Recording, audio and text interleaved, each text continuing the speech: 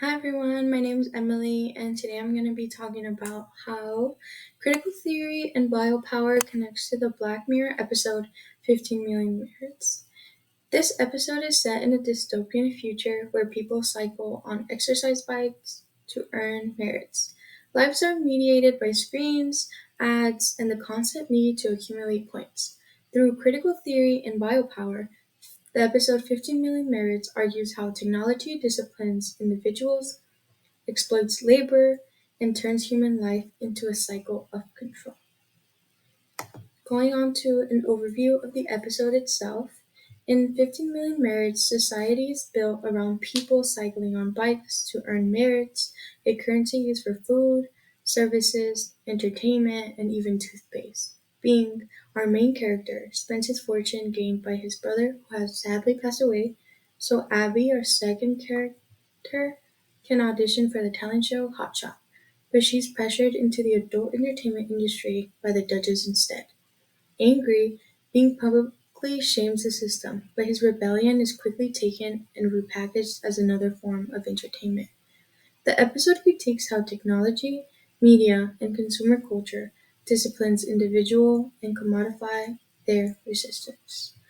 So, how do critical theory and biopower help us analyze the episode 15 Million Merits? First, biopower is a concept from Fusel is about how power works by regulating everyday life, not just through force. Instead of punishing people directly, the system makes them surveillance themselves. It disciplines bodies, controls behaviors, and makes individuals conform because survival depends on their compliance. Secondly, critical theory tells us that media and technology are not neutral. They shape culture, inform our ideology. In particular, the culture industry keeps people entertained and distracted so they won't question the system at all. Entertainment, as we can see, becomes a tool of control and not freedom. Together, these two theories allow us that in 15 Million Merits, the cycling, the ads, and the talent show are just not filter. They're mechanisms of control. The system doesn't just tell people what to do, it shapes how they live, what they value, and how they see freedom itself. These ideas let us see the episode not just as dystopian, but as a metaphor on how technology, media, and capitalism shape our everyday lives. Now let's see how these theories pop up in these scenes. Starting out with scene 1, daily cycling. In this world, bodies are literally disciplined through technology.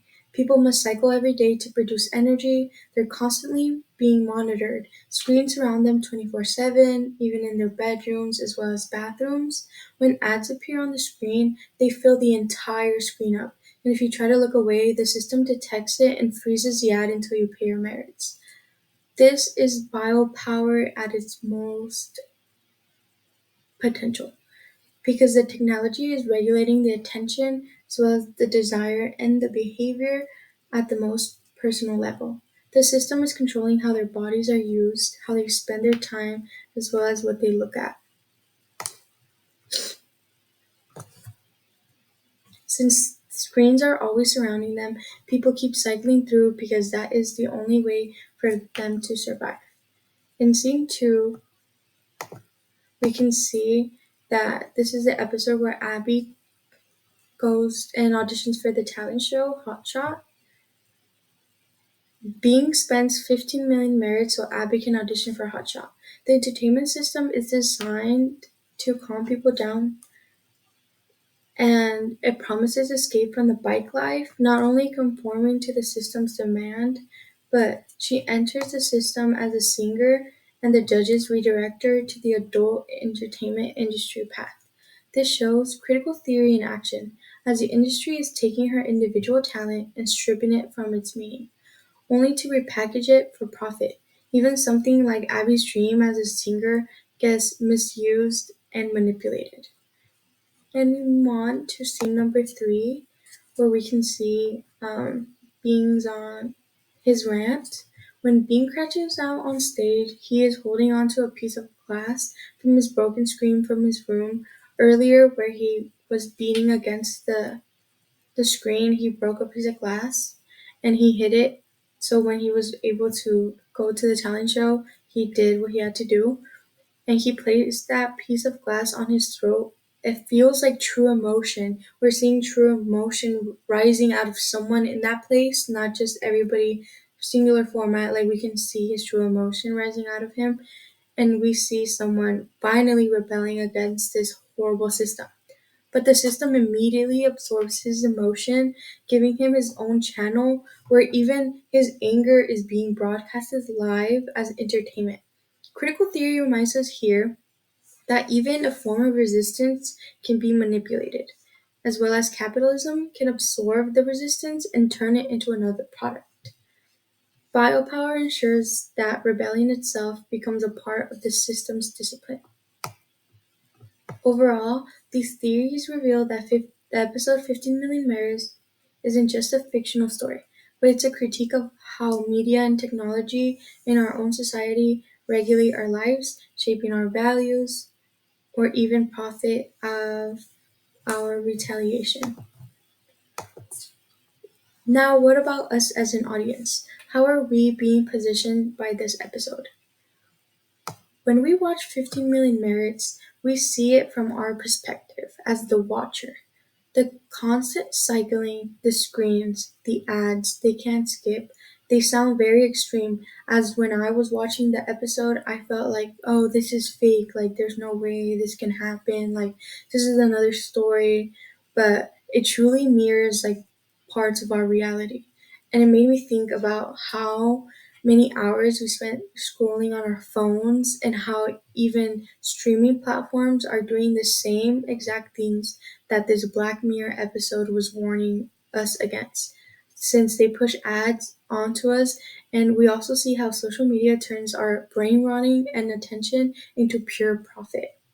From a critical theory perspective, the episode positions us to see how entertainment can keep us so distracted and obedient. And I can say that I am one of those people that falls for that propaganda because I'm obsessed with TV shows, movies, and like I feel like it's an escape from the real world when there's clearly bigger things going out there.